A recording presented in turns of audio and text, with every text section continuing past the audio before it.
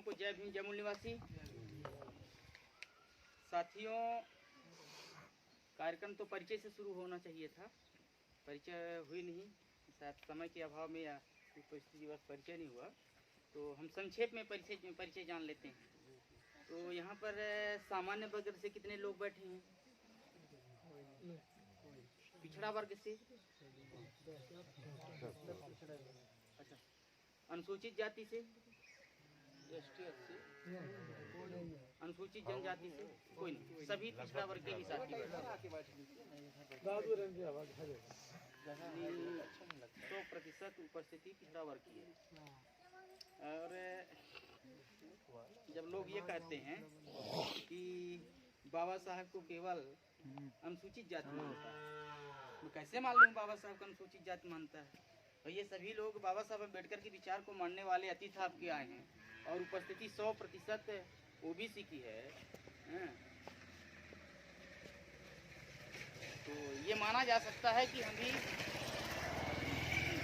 तो ये माना जा सकता है कि बाबा साहब अम्बेडकर के विचारों को पिछड़ा वर्ग के लोग भी मानते हैं। तो साथियों, संक्षेप में परिचय हमने वर्ग के आधार पर लिया, मैं अपना ही परिचय बता देना चाहता हूँ। साथियों, मेरा नाम हनुमान प्रसाद साहू है, चुरहट विधानसभा में मड़वा घर है, योग्यता 12वीं तक पढ़ा हूँ। पूर्व में पीपीआईडी का जिलाध्यक्ष था, Peoples Party of India Democratic का। वर्तमान में सक्रिय सदस्य और प्रशिक्षक हूँ, आप लोगों के बीच में हूँ। साथियों, आज अपनी बात रखने से पहले करुणा के सागर पूरी दुनिया को मानवता का संदेश देने वाले तथागत गौतम बुद्ध के चरणों में नमन करते हुए, सामाजिक क्रांति के जनक राष्ट्रपिता ज्योतिबा फूले, आरक्षण के जनक महाराजा छत्रपति साहू जी, कुर्मी महाराजा कोल्हापुर नरेश, संविधान निर्माता बोधिसत्व बाबा साहब डॉक्टर भीमराव अंबेडकर, संत कबीर जी, संत गांडगे, रामास्वामी पेरियार, माता सावित्री बाई फूले, इस मूल निवासी बहुजन समाज में जन्मे सभी संतों, गुरुओं, महापुरुषों के विचारों का अनुकरण करते हुए आज आपके बीच में पधारे Peoples Party of India Democratic के प्रदेश संगठन सदस्य मूल निवासी राघवेंद्र सिंह पटेल जी, मूल निवासी संघ के जिला महासचिव माननीय नागराज सिंह जी, हमारे पुराने साथी, बहुत पुराने साथी, आज वर्तमान में हमारे संगठन के वरिष्ठ कार्यकर्ता परम सम्मानीय विनायक पटेल जी, माननीय आप मानिकलाल जी, इस गांव से बुजुर्ग सयानों, बुद्धिजीवी साथियों, पढ़े लिखे नौजवान साथियों, आप भी चुरहट से पधारे हैं। हमारे अभी नवनिर्वाचित पार्षद पति पीपीआईडी से पार्षद हमारे चुरहट से जीते हैं। तो आप सभी को जय भीम, जय मूल निवासी। साथियों, आज जो पूर्व हमारे वक्ताओं के द्वारा बताया गया, आखिर में यहाँ जो आने का मकसद हमारा क्या है, आप लोगों का बुलाने का उद्देश्य क्या था, यहाँ हम सभी लोग इकट्ठा हुए हैं, किस मकसद से इकट्ठा हुए हैं, क्या जानकारी आपको हम देना चाहते हैं और आपसे जानकारी हम लेना भी चाहते हैं। तो साथियों, हम यहाँ परिचय और पहचान करने के लिए आए हैं। तो परिचय तो हुई, यानी सब हम यहाँ जितने लोग बैठे हैं सभी SC ST OBC के मूल निवासी भाई भाई बैठे, ये हम लोगों का परिचय हुआ। परिचय के बाद पहचान भी होनी चाहिए, जान पहचान, यानी परिचय और पहचान। परिचय तो हुआ कि हम सभी यहाँ पर एक मूल निवासी भाई लोग बैठे हैं। अब पहचान आगे चल के हम आपको बताएंगे। साथियों, किसी भी कार्य को करने के लिए 3 बातों का हमेशा दिमाग में ध्यान में रखना चाहिए। क्या? किसी भी कार्य को करने से पहले क्या जानिए,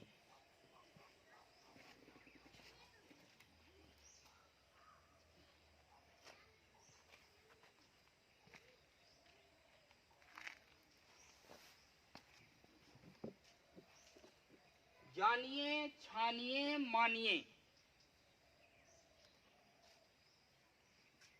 अभी तक हम लोग जब किसी भी बात को जानते हैं तो जानने के बाद मान लेते हैं, जानने के बाद मान लेते हैं, उसकी छानबीन नहीं करते हैं।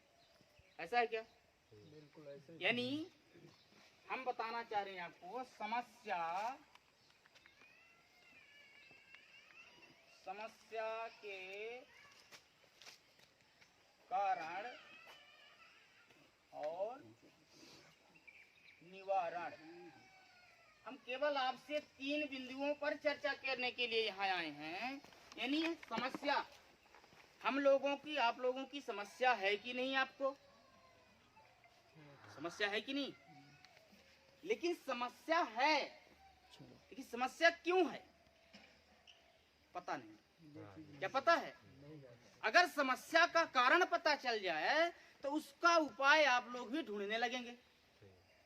तो अभी तक इस भारत देश में 72 साल के बाद भी हमें समस्या का कारण ही नहीं पता है।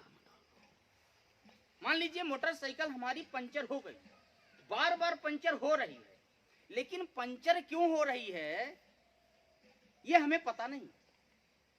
या किसी ने रोड में कील फेंक रखा है, या हमारा टायर खराब है, या ट्यूब खराब है। यानी समस्या का कारण मुझे पता नहीं है। और मुझे ऐसा लगता है कि समस्या का कारण पता चल जाए तो हम आप सब क्रांति कर देंगे। उस समस्या से निदान पाने के लिए क्रांति कर देंगे। यही जानने के लिए और यही आपको हम बताने का प्रयास आपसे करेंगे। तो साथियों, अगर समस्या से आपको निवारण पाना है, समस्या के कारण का पता करना है, तो इन 3 चीजों का हमेशा ध्यान में रखना पड़ेगा। जितनी बात यहाँ मैं आपको बताऊंगा, इन 3 चीजों पर आप तर्क करिएगा। जो मैं बताऊंगा यहाँ भी, जो मैं बताऊंगा, या कि अपने गांव में, क्षेत्र में, कहीं भी आप रहिए, खेत में रहिए, नौकरी में रहिए, मजदूरी में रहिए, कहीं भी रहिए, इन 3 चीजों को अपने जीवन में हमेशा दिमाग में बैठा के रखिए। अगर कोई कहता है, उदाहरण के तौर पर मैं बता रहा हूं, मैं किसी धर्म का विरोध नहीं करूंगा, उदाहरण के तौर पर मैं बता रहा हूं आपको। अब इसका थोड़ा सा और विश्लेषण कर देता हूं ताकि आपको समझ में आ जाए। जैसे आपको जब पता चला, कैसे जानने के साधन है शब्द,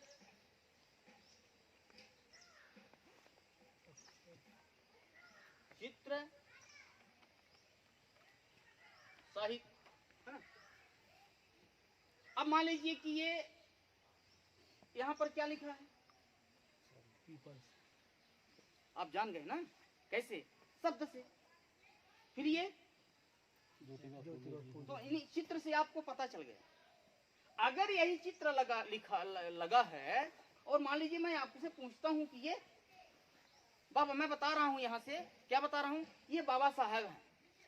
क्या है? ये बाबा साहब की तस्वीर है। तो फिर आपको तर्क करना चाहिए नहीं, तो फिर वो कौन है? आपको करना चाहिए तर्क कि नहीं? यानी मेरे कहने से आपको नहीं मान लेना चाहिए, आपको वहां पर छानबीन करना चाहिए। छानबीन कैसे करेंगे आप? बुद्धि से।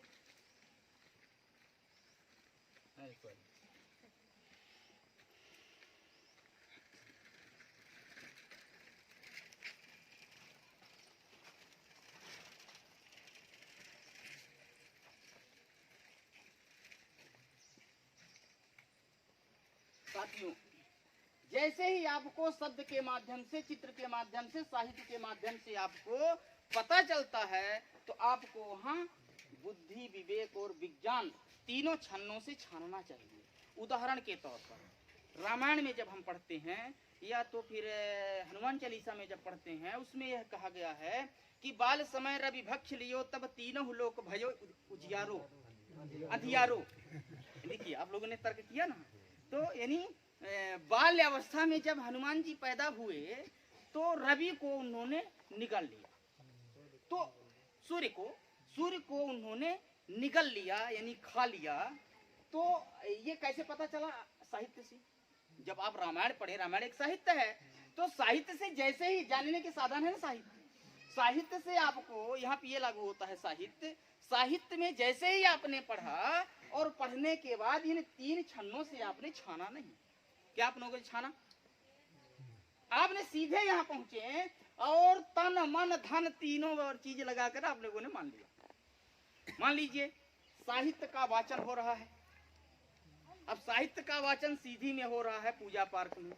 आपको जैसे ही पता चला तो अपना तन लगा करके और मन से जो है धन भी खर्च करके वहां पहुंच गए और वहां जानकारी लेने के लिए जैसे ही पहुंचे और पहुंचने के बाद आपने इन 3 चीजों का प्रयोग नहीं किया और वहां जो बात बताई गई वो आपने मान लिया। ये गलत है कि सही है कि नहीं? आपको वहां तर्क करना चाहिए कि संत जी, महोदय जी, कथावाचक जी, मेरे समझ में यह नहीं आता। मेरे स्कूल में मेरे मास्टर जी बताए थे कि यह जो सूर्य है पृथ्वी से कई लाख गुना दूर है और कई गुना भी बड़ा है। तो एक छोटी चीज में बड़ी चीज कैसे समाहित होगी?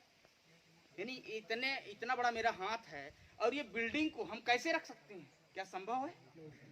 तो वहां जाकर हमें ये तर्क करना चाहिए था और हम लोगों ने आज तक तर्क किया ही नहीं। क्यों नहीं किया? उसका कारण क्या है ये पता होना चाहिए।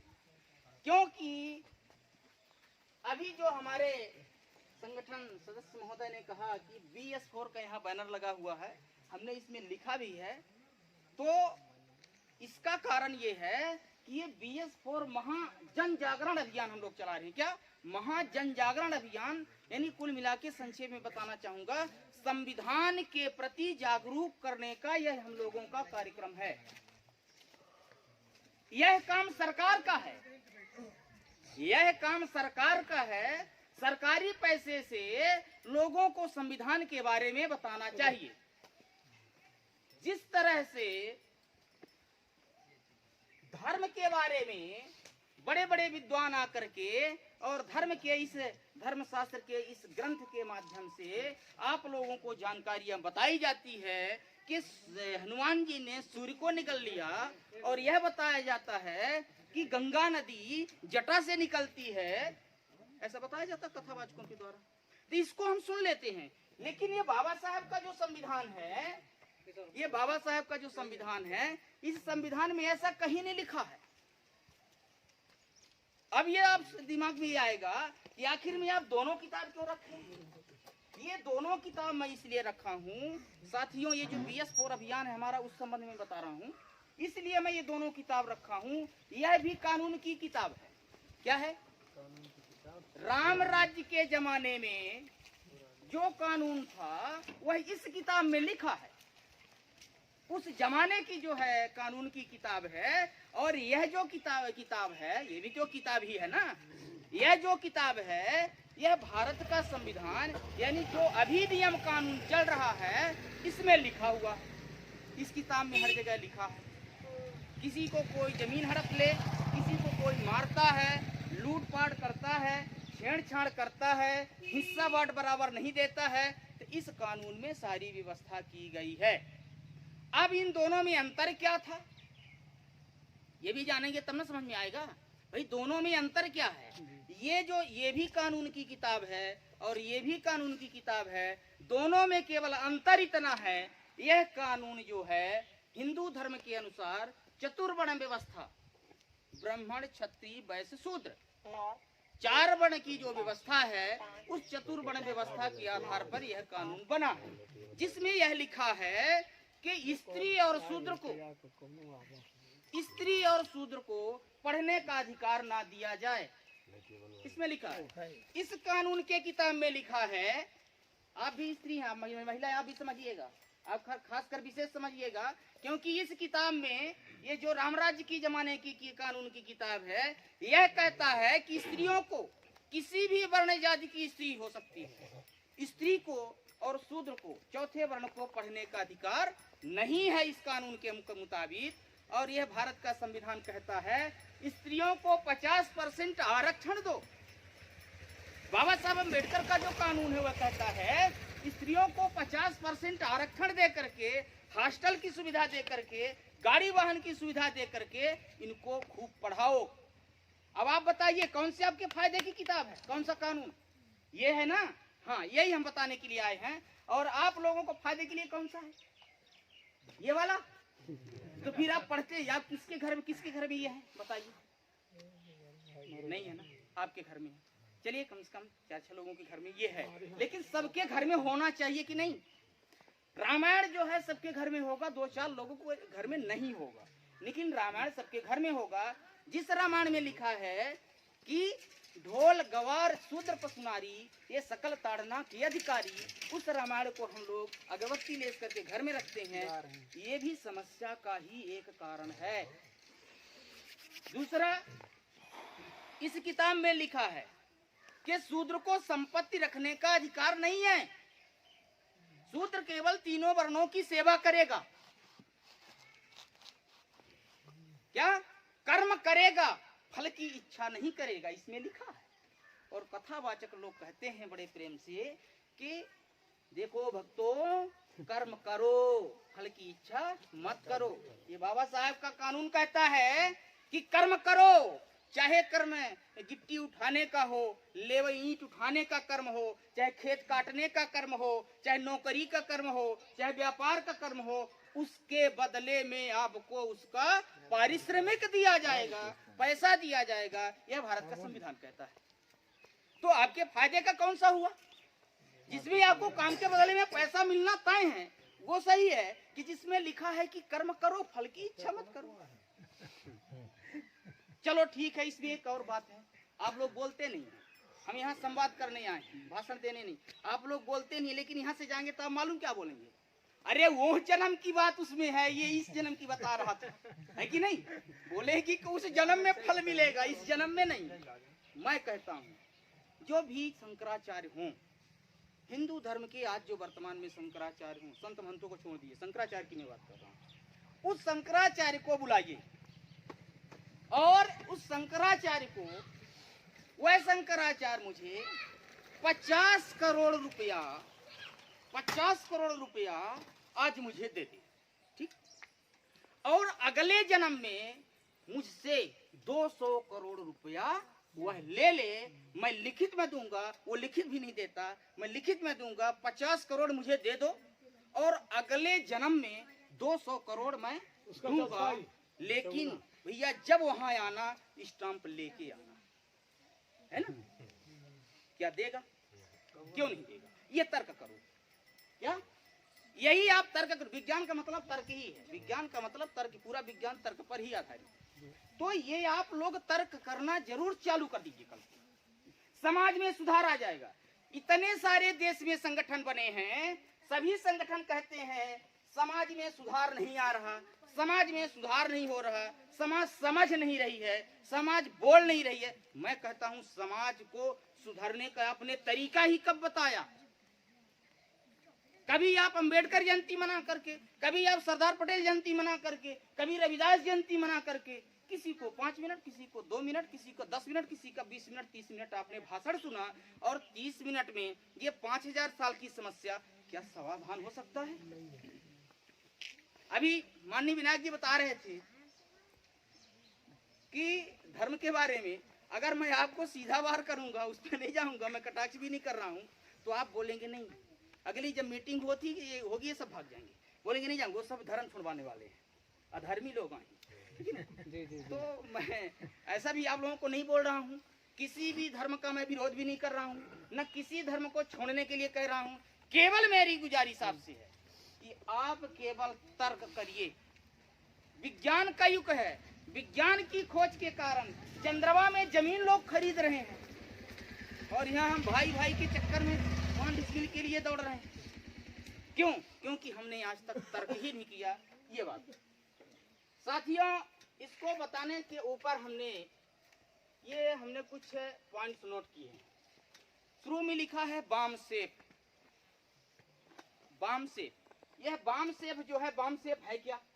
इसका फुल फॉर्म है, बी से है बैकवर्ड, बैकवर्ड में SC ST OBC, ए से हो गया एंड, बैकवर्ड एंड, एम से हुआ माइनॉरिटी, जो धर्म परिवर्तित लोग हैं, जैसे मान लीजिए कि आपके इस देश के ही मूल निवासी थे, किसी कारणवश लालच वश या भय के कारण दूसरे धर्म में चले गए, जैसे पसमानदा लिंगायत लोग हैं, वो कौन कौन हुए? माइनॉरिटी, जो अल्पसंख्यक।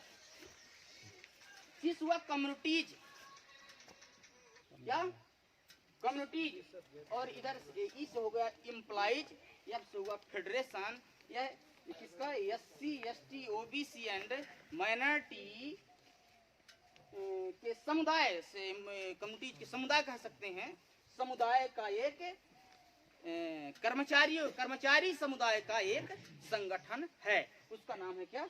बामसेफ। अब यह बामसेफ जो है, इसके बारे में परिचय मैं इसलिए बता रहा हूँ, जो हमारे पुराने साथी होंगे टीवी में, अखबार में, किसी पत्रिका के माध्यम से बामसेफ का नाम सुने होंगे। अभी तो शायद सामाजिक विज्ञान में भी आ गया किसी की बात, लेकिन यह जो बामसेफ है, यह देश में करता क्या है? बामसेफ एक SC ST OBC कर्मचारियों का संगठन है, लेकिन यह गैर राजनीतिक है, गैर धार्मिक है। क्या? किसी भी राजनीति से इन्वॉल्व नहीं है, किसी भी पार्टी की राजनीति नहीं करता, यानी नेतागिरी नहीं करता, ना चुनाव लड़ता है ना लड़ता है, गैर धार्मिक है, किसी एक धर्म को यह महत्व नहीं देता है, किसी एक धर्म का महत्व नहीं देता है, और यह कर्मचारियों की हित की बात नहीं करता। क्या?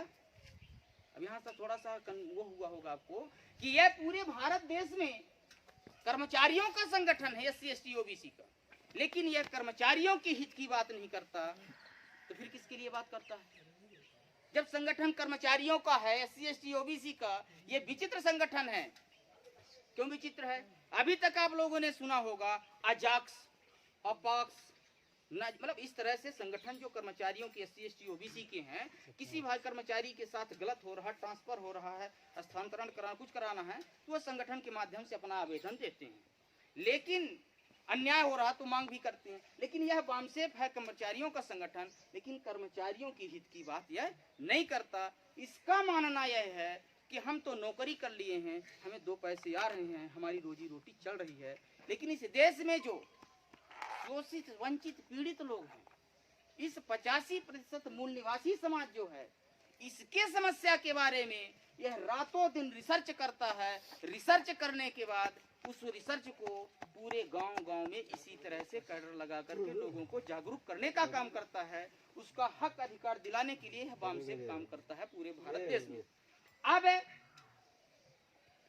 जरूरत पड़ती है, मान लीजिए कहीं अनशन, धरना, प्रदर्शन की, तत्कालीन व्यवस्था के लिए किसी के साथ तत्काल मतलब जरूरत पड़ गई, और 100 लोग, 200 लोग, एक व्यक्ति के जाने से कोई अधिकारी हमारा नहीं मान रहा बात को, तो 100-200 लोग जाएंगे, 400 लोग जाएंगे तो बात को मानेगा। उसके लिए यह संगठन बनाया गया, मूल निवासी संघ।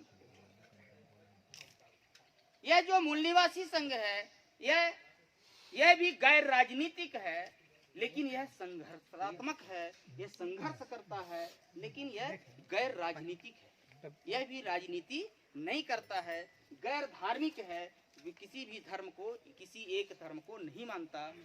फिर है आगे BS4, ये तो हमारा जो है तो कुछ समय के लिए कार्यक्रम चलाया जा रहा है, संविधान से जागरूकता अभियान है, यहाँ इसका लगा हुआ है। B से हुआ भारतीय, लिखा यहाँ। S से हुआ संविधान, सम्मान, सुरक्षा एवं संवर्धन, इसका हुआ पूरा BS4, यानी संविधान के बारे में जागरूकता अभियान। आगे चल के है PPID, इस पर हम आपको बाद में बताएंगे, अभी नहीं बताएंगे, इसको थोड़ा समय आपको लेंगे। बाकी इसके बारे में तो आपको पता चल गया। अब दिमाग में कुल मिला के ये भी आ गया होगा कि हम किस संगठन से आए हैं और हमारा उद्देश्य क्या है। साथियों,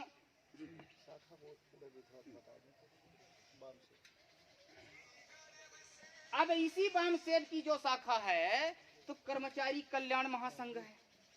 कर्मचारियों का जो कर्मचारियों की हित की बात करेगा कौन? कर्मचारी कल्याण महासंघ की जरूरत ही पड़ती है। तो इसमें है लीगल सेल, यानी कानून के सलाह देने वाले जो हैं इस संगठन में है। इसी का शाखा PPID है, इसी का शाखा मूल निवासी विद्यार्थी संघ है। थोड़ा भैया पानी लाइएगा। मूल निवासी विद्यार्थी संघ है, साथियों ये परिचय था, यहाँ पर आपको ये बताया गया और आप शायद इतनी बात समझ में आ गई होगी। इतना जो ऊपर की बात हमने बताया ये आपको समझ में आई होगी। दीजिए कपड़ा। अब हम आगे चलते हैं।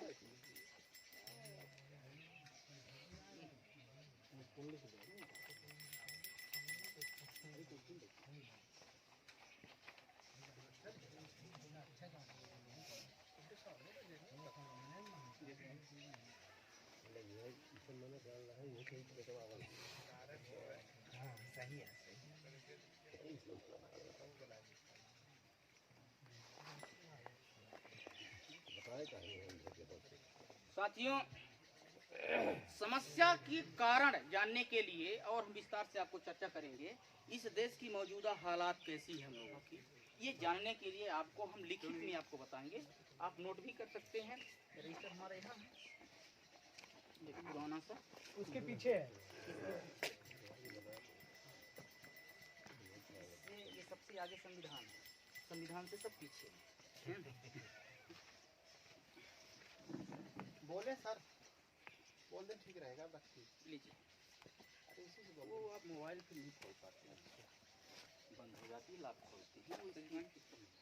तो साथियों, जो हम लोगों की मुख्य समस्या है और मौजूदा जो समस्या है उस समस्या का कारण है क्या और विस्तार से जानेंगे। उसके लिए हम आपको भारत सरकार का लोकसभा में जो आंकड़ा निकाला गया है, लोकसभा से जो आंकड़ा निकाला गया है वो आपको हम बताना चाह रहे हैं। तो साथियों, क्रमांक जातियाँ जनसंख्या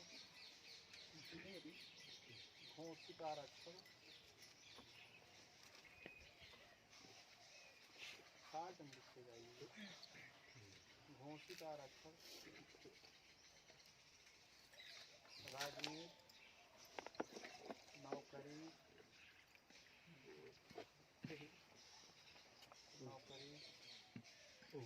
व्यापार, भूमि, पंडिताई।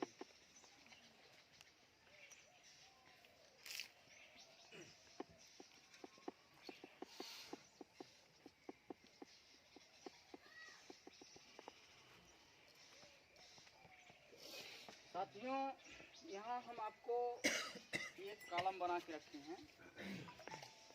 यहाँ शुरू में जातियाँ लिखी गई है। अभी बात हो रही थी कि नागेश्वर जी के द्वारा कहा गया, वहाँ बात थोड़ा सा आई कि सिंह के आगे आप पटेल भी लिखिए। जातियों की बात हो रही थी चर्चा, तो इसलिए हमने शुरू में ही जाति ही रख दी, क्योंकि जाति ही समस्या है। हमने जाति के लोगों के द्वारा ही समस्या पैदा की है, जाति के कारण समस्या हुई है। हमने जाति का कॉलम, यहाँ जनसंख्या है, कौन सी जाति की कितनी जनसंख्या है, इसको हम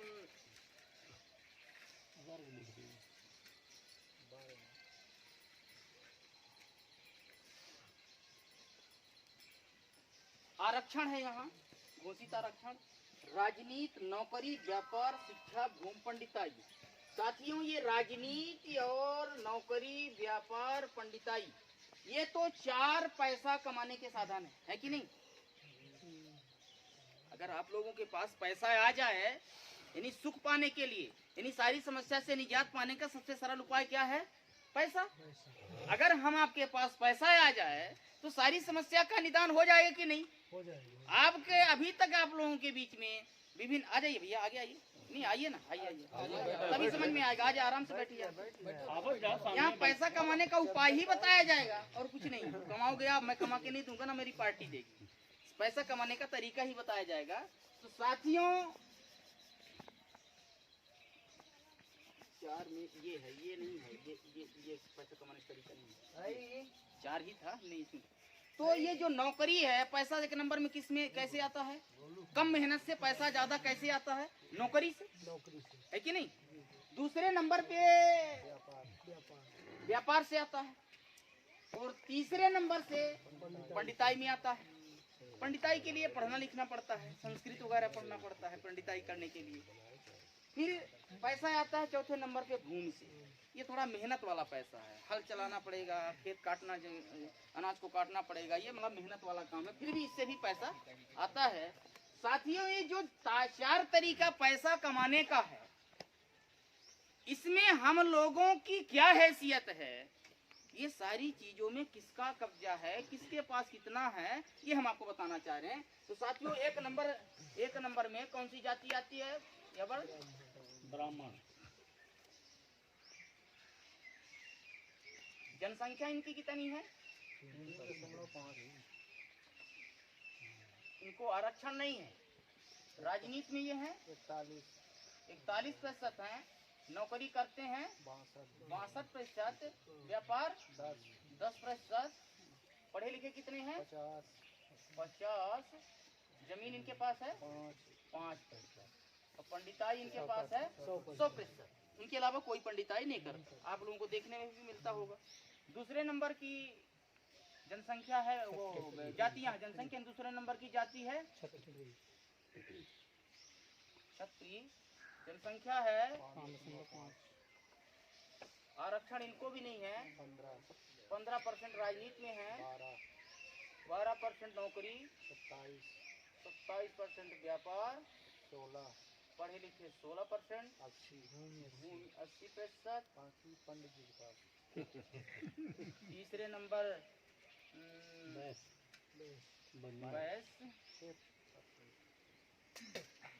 6% जनसंख्या। आरक्षण नहीं है। 10.5। 13 व्यापार सब नहीं किया। व्यापार इनके पास 60% है। 12% है। 9% भूमि। पंडित जी के पास। इनकी कुल आबादी हो 15%। 66.5।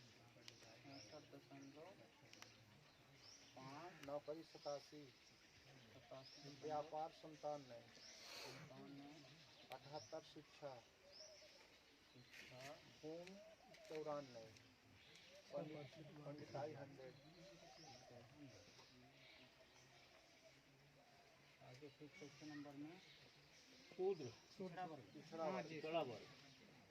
शूद्र पिछड़ा वर्ग ये आ जाएगा लास्ट में। वो भी आएगा। बामन। घोसी का आरक्षण है बोला 27% जी। यहाँ घोसी नहीं होगा। यहाँ आरक्षण रहेगा। घोसी यहाँ होगा। घर है ना 80 तो मिला है। राजनीति 8%। नौकरी 8%। व्यापार परंपरागत। शिक्षा 12%। भूमि 4%। पंडिताई पंडित जी के पास। 5वें नंबर में अल्पसंख्यक। अनुसूचित जाति। वो पिछड़ा वर्ग में आ गया। नहीं, अलग दिया इसमें ना। वो रहने दीजिए। बैठा हो, कहाँ चल रहा है? बोला जोशी का आरक्षण 15%। राजनीति 15%। आरक्षण इनको मिला ही है। जी 15%। राजनीति 15। 3% नौकरी। 0.1% व्यापार। 6% शिक्षा। 0.5% भूमि। फिर अनुसूचित जनजाति। जनसंख्या 7.5। बैठी गई यार। अरे थोड़ा 7% है। नौकरी बताइए। नौकरी 1%। व्यापार 0.1। शिक्षा 2.5 और भूमि 0.5। नीचे 85।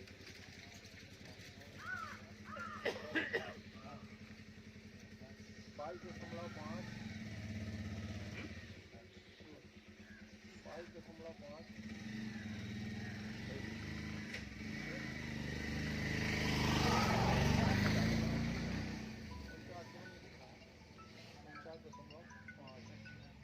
22.5। नौकरी 13। व्यापार 2.2 और शिक्षा 27.5।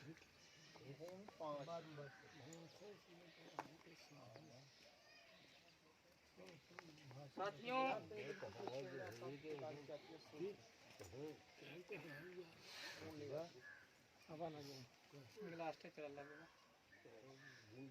लुका लुका थोका दे देख ले थोका एक ही का तो समझे थे मैं हमका तो हां तो हो जिंदगी भर गए है अभी यहाँ जो आपको मैं कह रहा था कि समस्या है, समस्या का कारण अगर पता चल जाए तो आप लोग क्रांति कर देंगे। तो आप लोगों ने कहा हाँ।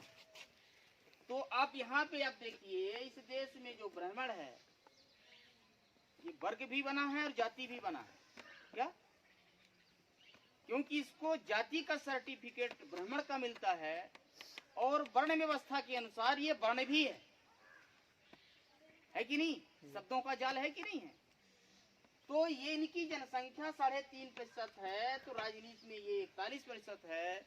और ये बाबा साहब अम्बेडकर का संविधान कहता है, ये हमारे देश के भारत का संविधान कहता है कि हर एक जाति वर्ग को जनसंख्या के अनुपात में भागीदारी दी जानी चाहिए, है कि नहीं? अगर आम भाषा में आप समझें तो किसी माँ बाप के अगर 4 पुत्र हैं और 4 एकड़ ही जमीन है, किसी को 2 एकड़ दे दिया जाए और 3 को कम दिया जाए तो क्या होगा? झगड़ा होगा कि नहीं? देश में जो ये असमानता की झगड़ा है, देश में जो असमानता का भेदभाव का झगड़ा है, सिर्फ इसीलिए है कि हम लोगों को, पिछड़ा वर्ग को, अनुसूचित जाति को, जनजाति को जनसंख्या के अनुपात में हमें हिस्सा ही अभी नहीं मिला है। तो जब तक आपको पता नहीं था कि मेरा चाचा ज्यादा जमीन ले लिया है, तब तक आप शांत बैठे थे, है ना? और जैसे ही आपको पता चला, या तो आप पुलिस में जाएंगे कि हमारा जमीन ज्यादा लिया, पुलिस वाला कहता है जमीन का मामला मेरे अधिकार से बाहर है, तो आप न्यायालय जाते हैं। तो अब ये बताइए कि ये जो ब्राह्मण है जनसंख्या से ज्यादा अगर राजनीति में है, नौकरी में है, व्यापार में है, पंडिताई में है, भूमि में है, तो हमें क्या करना चाहिए? लड़ाई लड़नी चाहिए। इसके लिए हमें क्रांति करनी चाहिए। कैसी क्रांति? लाठी डंडे से नहीं, वैचारिक क्रांति। वैचारिक कैसे क्रांति? अपने विचार की क्रांति। और विचार की क्रांति कैसे होगी? हम लोगों का अपना अपना विचार एक करना पड़ेगा। यानी जो विचार आपके अंदर है, आपके अंदर भी होना चाहिए, मेरे अंदर भी होना चाहिए, आपके अंदर भी होना चाहिए, इनको दंडित करने के लिए।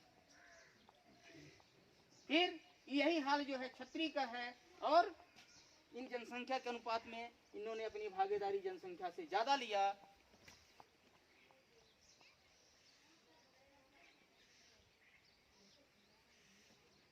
और इसी तरह से सभी पॉइंटों पर जाएंगे, ज्यादा समय लगेगा। मुख्य 3 तरीका हमने बताया था। क्या?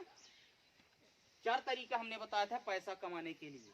ये जो पैसा कमाने का संसाधन है, पैसा कमाने का इसको संसाधन ही कहेंगे ना भाई। नौकरी क्या है? पैसा कमाने का संसाधन। तो व्यापार, नौकरी और भूमि पंडिताई, इससे पैसा कमाया जाता है, इससे मोटी रकम मिलती है, कम मेहनत में मिलती है। यह चारों चीज जो है ब्राह्मण, क्षत्रिय, वैश्य यानी सामान्य वर्ग के पास है। अब जब ये चारों चीज सामान्य वर्ग के पास है, तो आप पैसे कैसे कमाएंगे? क्या आपने सोचा कभी? ठीक है, जब ये विभिन्न संगठन के लोग भारत देश में आवाज उठाते हैं, हमें ये हिस्सा नहीं मिल रहा, हमारे साथ अन्याय हो रहा, तो हमारे बीच से भी 1-2 लड़कों को नौकरी दे दे। चतुर्थ श्रेणी, मतलब चतुर्थ श्रेणी की, 4th क्लास की नौकरी 1-2 दे देते हैं। और जब हम ऐसा कैडर आप लोगों के बीच में ऐसा आंकड़ा लेके आते हैं, तो उदाहरण बताते हैं कि कुकराहा में फला पटेल नौकरी किए, तो वहाँ ये साहू किया तो है, वो बाबू है तो, ऑडिटर है तो, ये उदाहरण पेश करने लगते हैं। तो साथियों, क्या एक रोटी, हमारे भाई के पास अगर 1 रोटी है तो उसी में हम झगड़ा करेंगे तो क्या हमारा काम बनेगा? तो हमारा जितना जनसंख्या है, जनसंख्या के अनुपात में हमें भागीदारी मिलनी चाहिए। ऐसा देश में नहीं हो रहा है, इसलिए समस्या देश में बनी हुई है। साथियों, अब ये चारों चीज इनके पास है, और जो पिछड़ा वर्ग है, अनुसूचित जाति है, अनुसूचित जनजाति है, उसके पास क्या बचा? इधर देखिए, कुछ बचा क्या? राजनीति में भी नहीं है, नौकरी में भी नहीं है, व्यापार में भी नहीं है, शिक्षा में पढ़ाई लिखाई भी कमजोर है, जमीन पंडिताई, ये चारों चीज हम लोगों के पास नहीं है, तो हम लोगों के पास बचा क्या?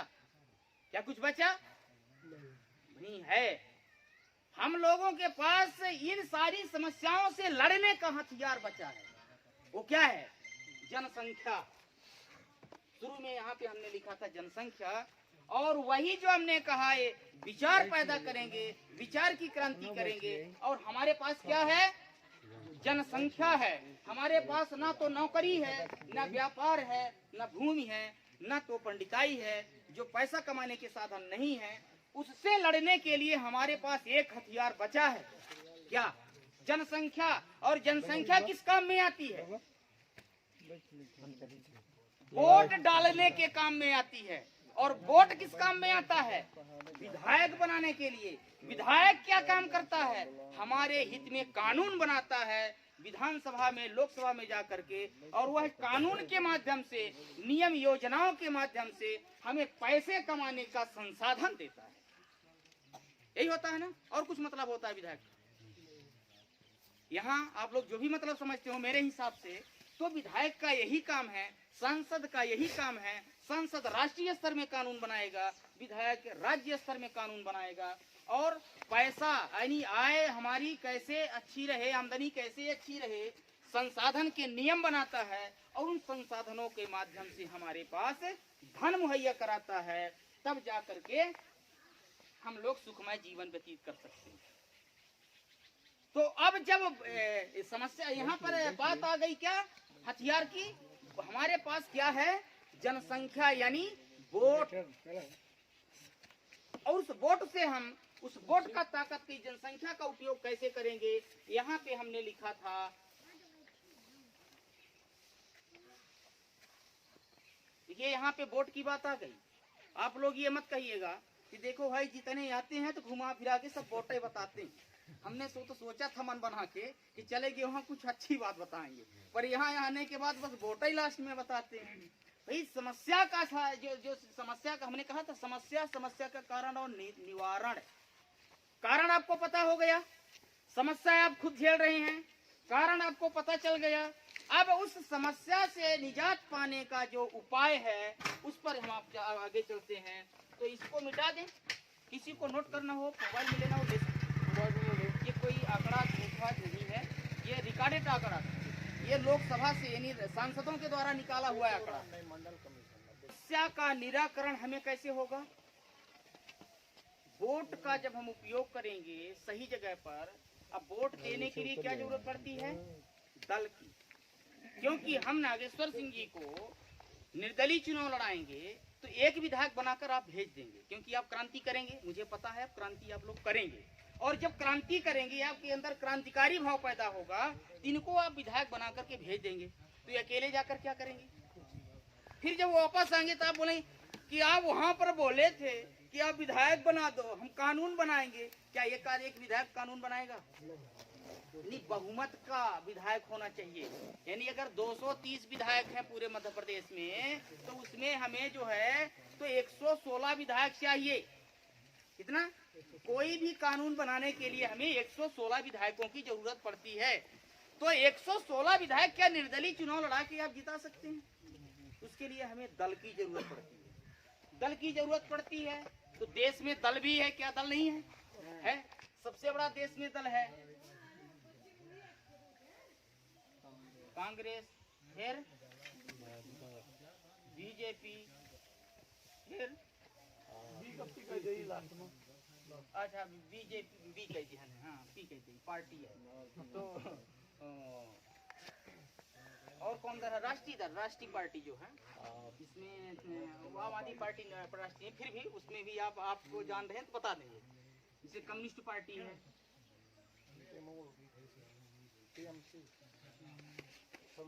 टीएमसी, तृणमूल कांग्रेस है ना, ये पार्टियां हैं, ठीक ना। फिर और कौन है? मार्क्सवादी है,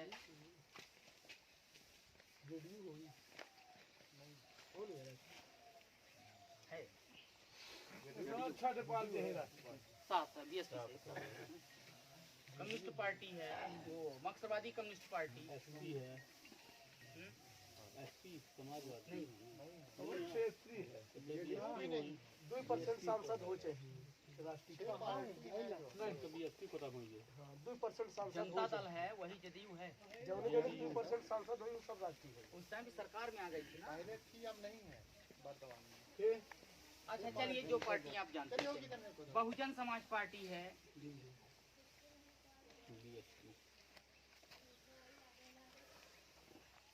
अभी आपने कहा कि आम आदमी पार्टी है, तो क्षेत्रीय पर चर्चा में है तो आम आदमी पार्टी, ठीक ना। साथियों, ये दल बताने से पहले यह बताना हम भूल गए हैं कि साथियों, हम क्रांति तो करेंगे, पर किससे करेंगे, पहले ये तय हो जाए। किससे तय करेंगे क्रांति? जो हमारे हक अधिकार को हड़प के रखा है कि नहीं?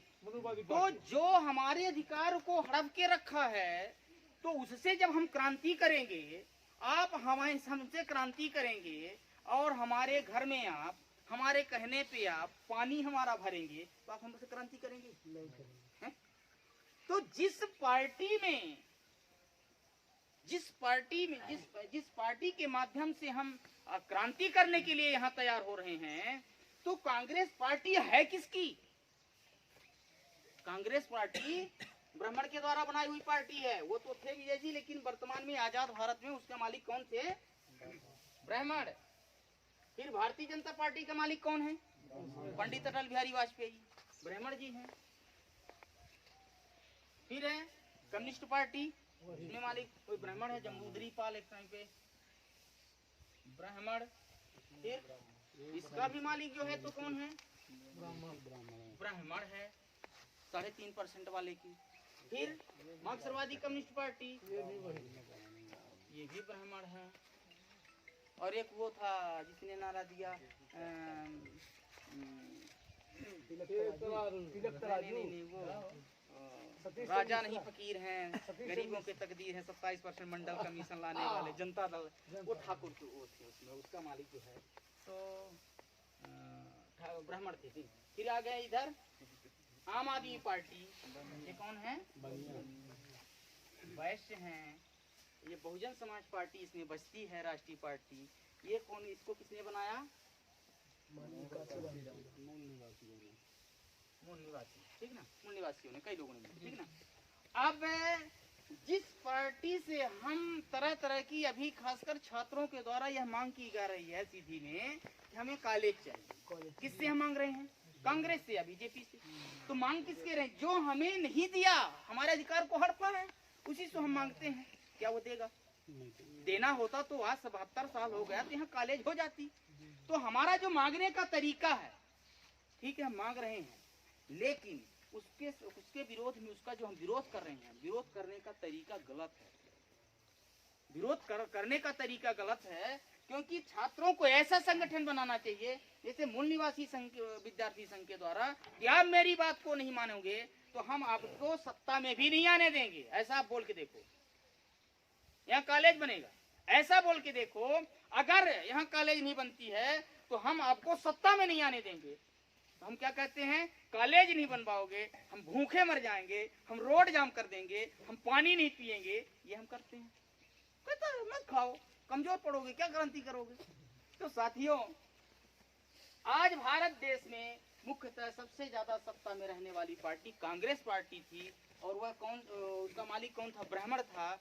और जब इसको खतरा पैदा हुआ कांग्रेस से, कांग्रेस वालों को, क्योंकि इंदिरा गांधी भी चुनाव हार गई थी प्रधानमंत्री होके, तो जब इनको खतरा पैदा हुआ तो फिर क्या किया इन लोगों ने?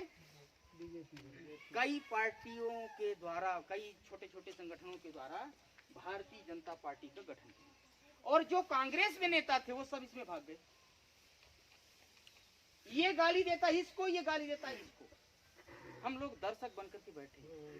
लेकिन उधर हमारा संसाधन पैसा कमाने का किसने हड़पा? यही इसने हड़पा, इसने हड़पा। ये बीजेपी ने नहीं हड़पा ना, बीजेपी तो एक पार्टी है, कांग्रेस एक पार्टी है, आदमी ना वो संचालन करता है पार्टी को। तो कौन से लोग संचालन कर रहे हैं? ये ब्राह्मण ठाकुर बस, उस पार्टी का संचालन करने वाले ये लोग हैं। फिर कम्युनिस्ट पार्टी में भी यही है, इसकी तो चलिए हमारे देश में सरकार नहीं आई, पर इन पार्टियों के मालिक ब्राह्मण हैं। फिर ये बहुजन समाज पार्टी की इसमें जो है, इसे आम आदमी पार्टी भी है। ये सभी को छोड़ते हुए अभी जो देश में रणनीति चली उसको भी आप वर्तमान की परिस्थिति समझ लीजिए, नहीं धोखा हो जाएगा आपको। क्योंकि ये जो इन सभी का जो वो है संचालन करता आरएसएस। अभी हमने वामसेव का परिचय दिया ना, वामसेव का जब परिचय हमने दिया तो वामसेव का विचारधारा और आरएसएस का अलग है। तो इसका जो ये कांग्रेस की विचारधारा किसकी, आरएसएस की विचारधारा कांग्रेस से। फिर इन्हीं आरएसएस को कांग्रेस के लोगों ने ही बनाया 1925 में, और कांग्रेस बन गई 1880 में, वो 85 में। तो कांग्रेस पहले बनी, फिर आरएसएस बना 1925 में, फिर बाद में जो है तो 1985 में क्या 80 में भारतीय जनता पार्टी बनी, 1980 में भारतीय जनता पार्टी बनी। तो जब इसका देश में ये हुआ कि कहीं हम सत्ता से बाहर ना हो जाए, यह 52% SC ST OBC पिछड़ा वर्ग 52% और SC ST मिला के 85% लोग जागरूक न हो जाए, ये सत्ता में काबिज न हो जाए, तो खट से ये सारे विधायक इसमें आ गए, इस पार्टी को राष्ट्रीय पार्टी तुरंत बनाए और इसको सत्ता में ले जाकर के बैठा दिए। अभी वर्तमान में जब बीजेपी का विरोध शुरू हुआ देश में 2018 के चुनाव में, भारतीय जनता पार्टी को यह लगा देश में सर्वे के मुताबिक कि हम सत्ता में नहीं आएंगे, तो जबरदस्ती पार्टी तो बन गई इनकी, आम आदमी पार्टी पहले से बना दिए, क्योंकि सत्ता का विरोध होगा, ये आपको पता है। जो यहाँ सरपंच होगा कितना भी अच्छा काम करेगा उसका विरोधी जरूर कोई न कोई होगा, बगैर विरोध का वो सरपंच नहीं होगा। तो ये तय है कि सत्ता का ही विरोध होगा। इनको यह भी पता है कि सत्ता में हम हैं, और सत्ता में जब हैं तो हमारा विरोध होगा, तो मेरा भाई कैसे सत्ता में आए। इस प्लानिंग के तहत दिल्ली के जंतर मंतर में क्या लोकपाल बिल और काला धन वापस लाएंगे, ये पूरे देश में नारा लगाए, और वो बहुत बड़ा आंदोलन करने के बाद उसी आंदोलन से कौन निकले, अरविंद केजरीवाल, किरण बेदी और वो क्या है वो कुमार विश्वास, ये लोग उसी आंदोलन से निकले हैं कि नहीं। और अन्ना हजारे दक्षिण भारत का सबसे बड़ा आरएसएस का लीडर है, और किसको, केजरीवाल के द्वारा ये पार्टी का निर्माण कर दिया, यानी यही आरएसएस के लोगों के द्वारा। लेकिन अभी आरएसएस का पाठ इसमें नहीं पढ़ाया जाता, क्योंकि देश में आरएसएस का विरोध भी शुरू हो गया है। इसको इतना तक कि आतंकवादी संगठन भी कहा गया है, क्योंकि इनके कार्यक्रमों में तलवार बंदूक लेकर के जुलूस निकालते हैं। आप लोगों ने देखा होगा, तलवार डंडा उसकी पूजा करते हैं, तलवार का, डंडा का, बंदूक का। तो इसको आतंकवादी संगठन भी घोषित किए। अब ये जो है अपनी भाषा बोलने लगा है आम आदमी पार्टी। कैसे? भाषण में क्या कहते हैं अरविंद केजरीवाल जी कि इनको सावरकर पढ़ाने दो, हम संविधान पढ़ाएंगे, है ना। क्या संविधान पढ़ाएंगे? क्यों ऐसा बोल रहा? क्योंकि इसी तरह से कैडर वाम से मूल निवासी PPRD का पूरे भारत देश में चल रहा है। तो हम लोग ये संविधान के बारे में जब से ये BS4 कार्यक्रम चलाए हैं, तो अरविंद केजरीवाल का भाषण ही बदल गया है। वो कहते हैं स्कूल में हम पढ़ाएंगे, सभी जय भीम जय भीम बोलना शुरू कर दिए हैं। लेकिन अरविंद केजरीवाल जब मंच में खड़े होते हैं तो क्या कहते हैं? आरएसएस की भाषा जो ये कहता है ये भी वही कहता है। उसका जो बोलने का टोन है वही है, भारत माता की जय, भारत माता की जय। फिर बाद में बताता है हम जय भीम वाले। तो जहां जस तहां तक दिल्ली में अनुसूचित जाति की जनसंख्या ज्यादा थी, इसलिए उन्होंने जय भीम शुरू कर दिया। तो साथियों, राज्यसभा सांसद बनाई थी सब ब्राह्मण, और राज्यसभा, हाँ ठीक, सही आपने जानकारी बताई। राज्यसभा सांसद जो है विधायकों के द्वारा बनाया जाता है, एक भी जो है तो राज्यसभा सांसद SC ST OBC का नहीं बनाई। ये दोस्त और दुश्मन की पहचान करने के बगैर हम क्रांति नहीं कर पाएंगे। तो यहाँ से हमारी पहचान हो गई कि नहीं? ये हमारे दुश्मन पार्टी है कि हमारा दोस्त पार्टी है? जो हमारे अधिकार को हड़पता है, चाहे वो जो भी हो। पहले ही बता चुके हैं कि हमारे अधिकार को यानी हमारे हिस्से को मेरा भाई ही क्यों ना हो, जब हड़प लेता है तो युद्ध होता है, झगड़ा होता है, और वह मेरा दुश्मन हो जाता है। ठीक उसी तरह से जिसने हमारे आय का संसाधन हड़प लिया 72 साल से, वह मेरा दोस्त हुआ कि दुश्मन? तो दुश्मन से युद्ध करने का जो हथियार है वह वोट है। इसमें एक और पार्टी बची है, बहुजन समाज पार्टी। इसी वामसेव के द्वारा इसी बामसेब के द्वारा बहुजन समाज पार्टी, बामसेब के लोगों के द्वारा बहुजन समाज पार्टी का निर्माण किया गया था। बहुजन समाज पार्टी के राष्ट्रीय अध्यक्ष और बामसेब के पहले राष्ट्रीय अध्यक्ष मानवर कांसीराम साहब इनके राष्ट्रीय अध्यक्ष हुए थे। सतीश चंद्र मिश्रा ये खत्म कर दिए। अब ये बहुजन समाज पार्टी का जो पहले नारा था वह था क्या? तिलक तराजू हो तलवार, इनको मारो जूते चार, है ना। अब इसका क्या हुआ? इसके अपोजिट में क्या हो गया? नहीं, उसके वो हो गया कि हाथी ब्राह्मण शंख बजाएगा, हाथी बढ़ता जाएगा। और पहले नारा था बहुजन हिताय बहुजन सुखाय, अब हो गया सर्वजन हिताय सर्वजन सुखाय। तो भारतीय जनता पार्टी भी तो कह रही है सबका साथ सबका विकास। अंतर क्या है? तो बहुजन में वही है। अंतर क्या है? जब सर्वजन हित सर्वजन सुख, ये बात सही है कि हम लोग ईमानदार हैं, सभ्य लोग हैं, हम उस 15% की भी व्यवस्था करेंगे, 15% की भी व्यवस्था करेंगे। जितना हक है उतना ही अपना जितना तुम्हारी जनसंख्या है उतना अपना ले लो, हमारा हिस्सा न हड़पो। आपने हमारे साल 72 साल अन्याय किया, मैं कहता हूँ आपके साथ मैं अन्याय नहीं करूंगा। आपको 15% आपका हिस्सा हम देंगे। ब्राह्मण का 3.5% आबादी है, ब्राह्मण 3.5% नौकरी ले ले, बाकी नौकरी छोड़ दो भाई, मन है। और आपने नहीं छोड़ा, इसलिए हमने ये उपाय ढूंढा, क्या? पीपीआई।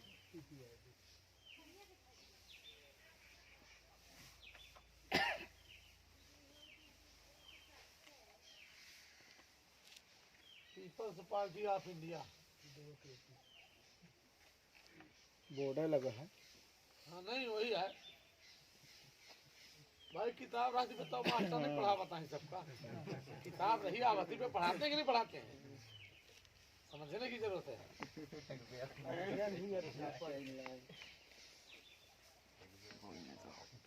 पीपीआरडी यानी Peoples Party of India Democratic. अब ये आखिर में Peoples Party of India Democratic क्यों बनी? ये सबसे ज्यादा सवाल उठता है। और हमारे लोगों के दिमाग में इसलिए सवाल उठता है कि ज्यादातर संगठन जय भीम बोलने लगे हैं, जय भीम के नाम से पार्टियां बना रखी हैं।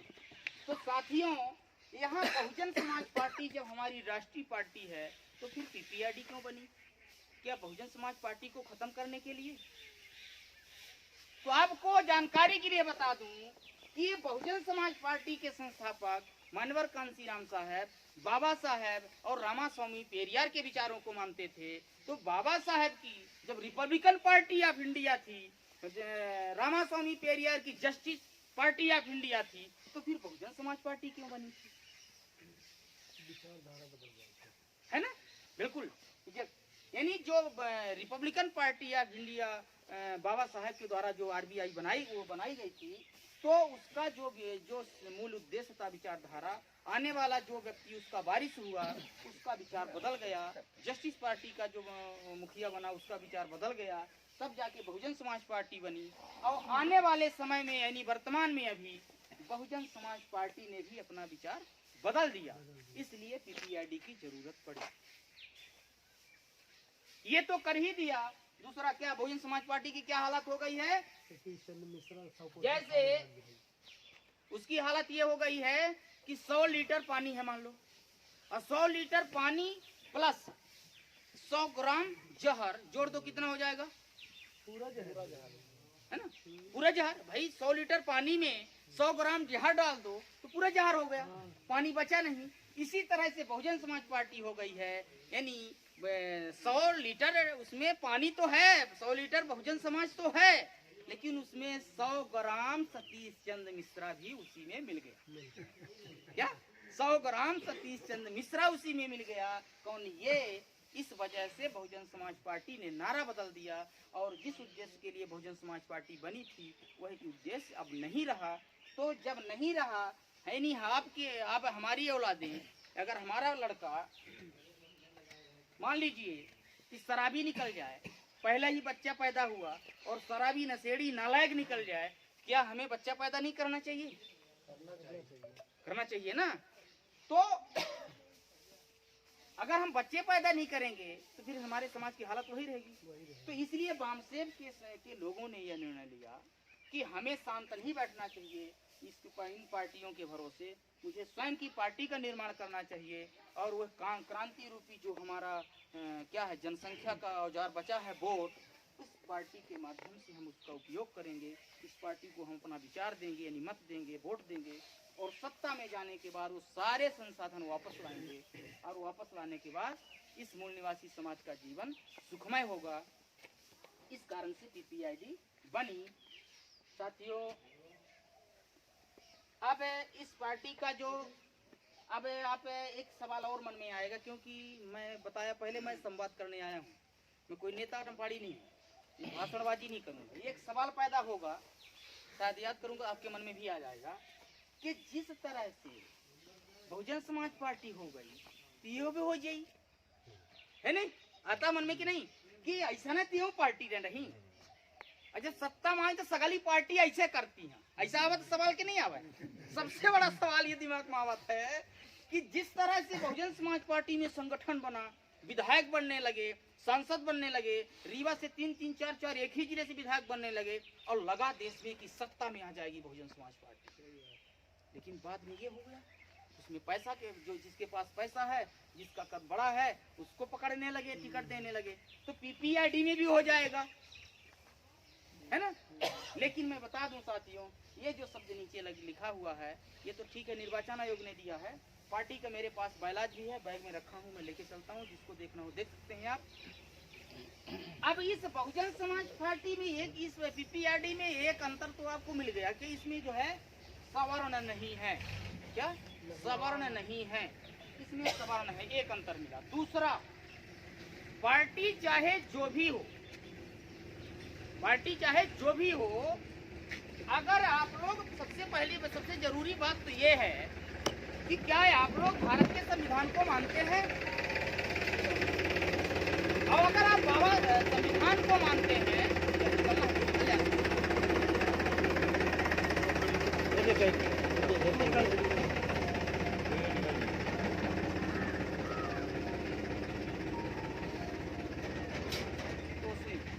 अगर भारत के संविधान को आप मानते हैं, जिस भारत के संविधान में ही लिखा है क्या लोकतंत्र है कि नहीं, यहाँ पे लिखा है लोकतंत्रात्मक गणराज्य बनाने के लिए, ये लिखा है। ये भारत का संविधान का मूल भावना इसी में लिखा है। पूरा मान लीजिए, इस भावना को आप पढ़ लें तो मान लीजिए यही संविधान है। लोकतंत्रात्मक गणराज्य यानी लोकतंत्र शब्द है इस भारत के संविधान में। और लोकतंत्र का मतलब होता है कई लोगों के द्वारा लिया गया निर्णय ही लोकतंत्र है। किसी भी निर्णय को लेना है तो कई लोगों के द्वारा निर्णय लिया जाना ही लोकतंत्र है। तो क्या इन पार्टियों में कई लोगों के द्वारा निर्णय लिया जाता है? यानी कई लोग कैसे, यानी कानून बनाना है तो कई सांसदों को हमें बुलाना चाहिए कि नहीं, चर्चा करना चाहिए कि नहीं, फिर कानून बनाना चाहिए। तो 12 बजे रात कानून बनती, नोटबंदी 12 बजे रात ना, जीएसटी रात में, नोटबंदी रात में, यानी कानून रात में बनते हैं, सदन दिन में चलता है। देश में हमारे रात में कानून बदल जाता है। तो लोकतंत्र की प्रक्रिया इन पार्टियों में नहीं है, ठीक उसी तरह बहुजन समाज पार्टी में नहीं है।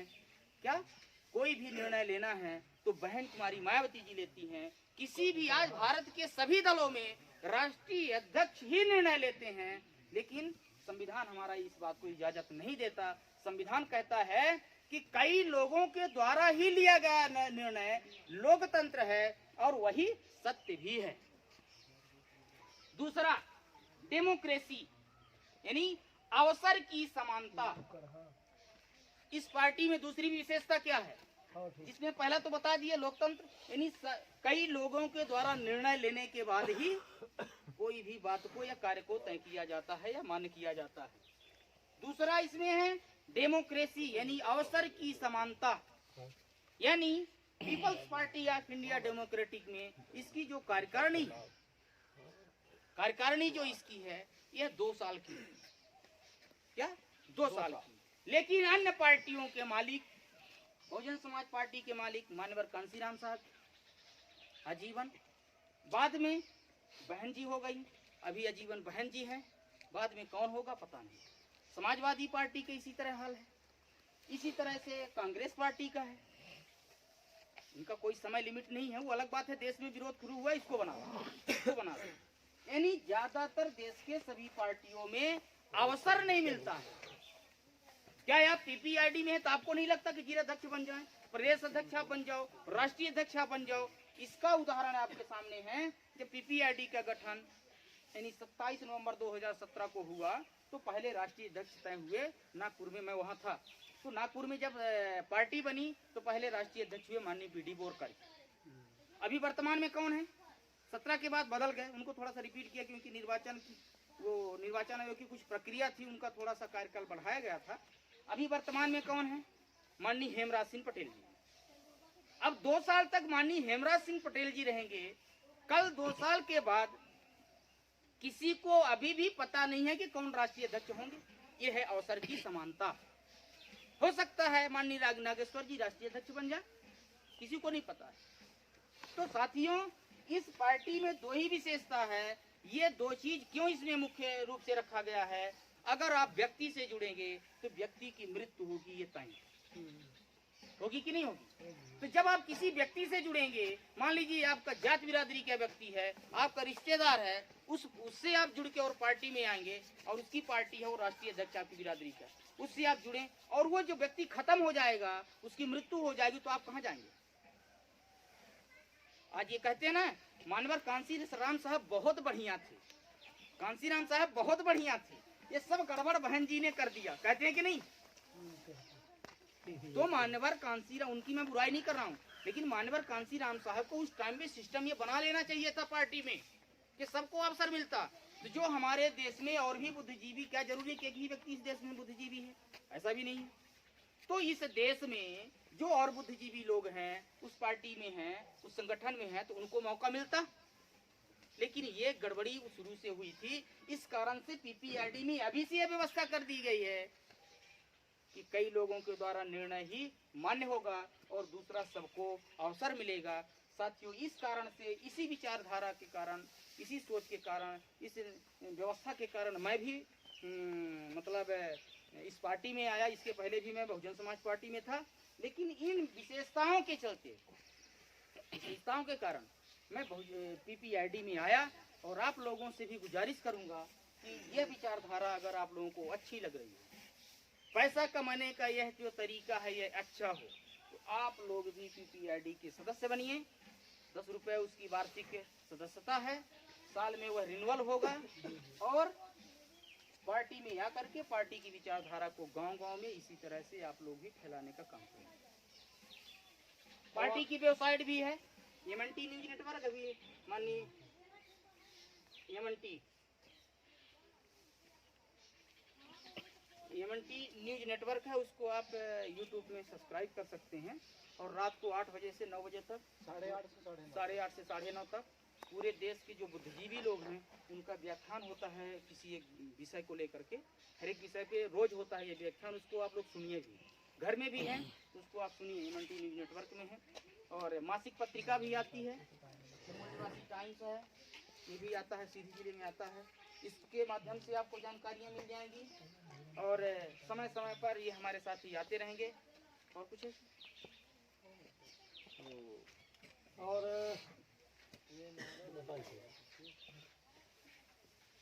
तो अब कार्यक्रम को समाप्त करने से पहले अब एक बात जरूर भूल रहे हैं, थोड़ा सा 1 मिनट को समझ लें। साथियों, अभी जो बातें हैं उसको संक्षेप में रखूंगी क्योंकि समय नहीं है, हमारे साथी जाने वाले भी हैं। साथियों, एक बात आती है कि जब हम सीधा सीधा बोलते हैं कि ब्राह्मण विदेशी है, ठाकुर विदेशी है, बनिया विदेशी है, तो किसी को हम गाली दें या विदेशी कहेंगे तो कानून अपराध है।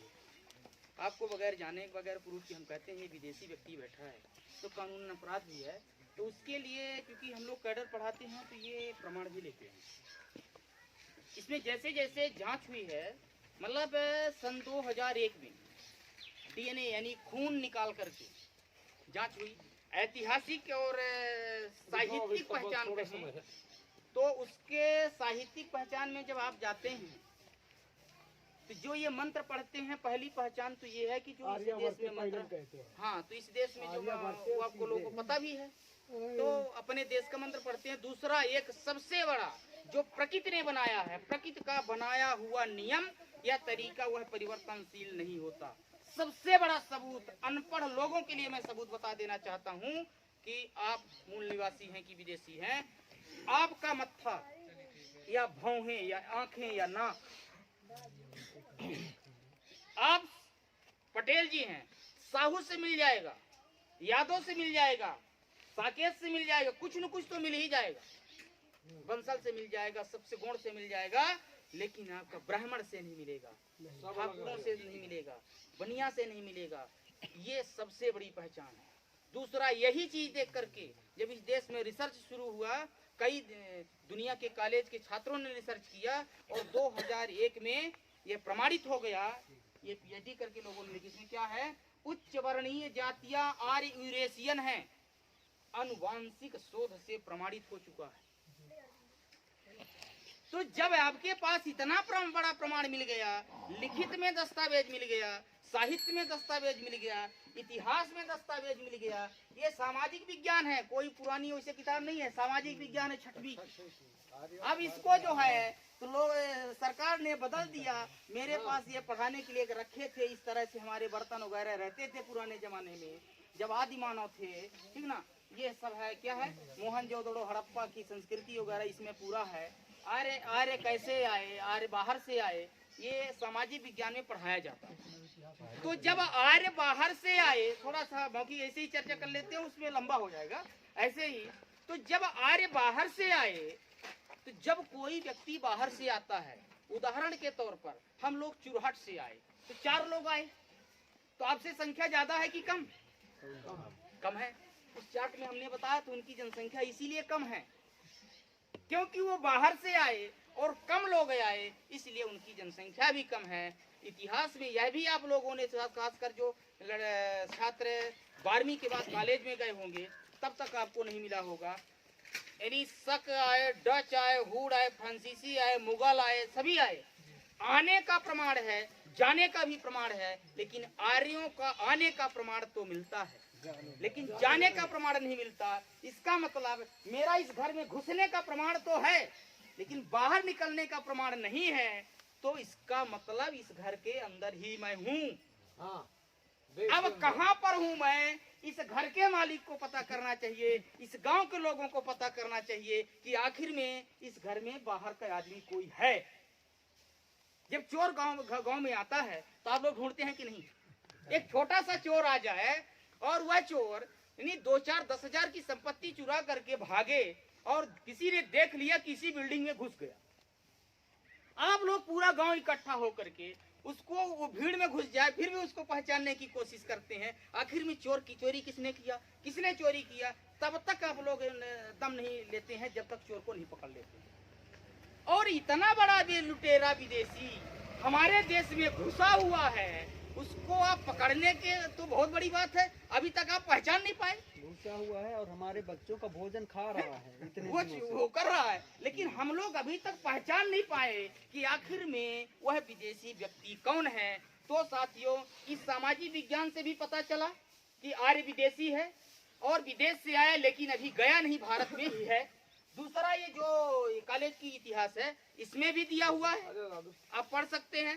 मैं कोई अलग से बात नहीं बताने आया हूँ, जो बात मेरे पास प्रमाणित है, जो बात मेरे पास साहित्य में लिखी हुई है, उसको मैं जाना और जानने के बाद आप लोगों को भी मैं बताने आया हूँ, और कुछ नहीं। कि साथियों, ये जो आर्य है इस देश में है।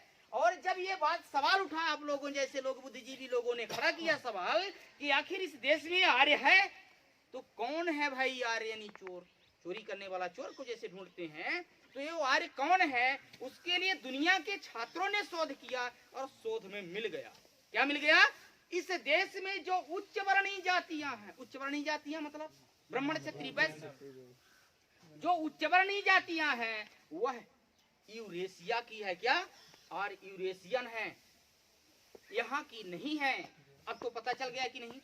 तो किससे लड़ना है? दुश्मन से, दोस्त से, अपने नहीं, अपने भाई से लड़ना छोड़ दो।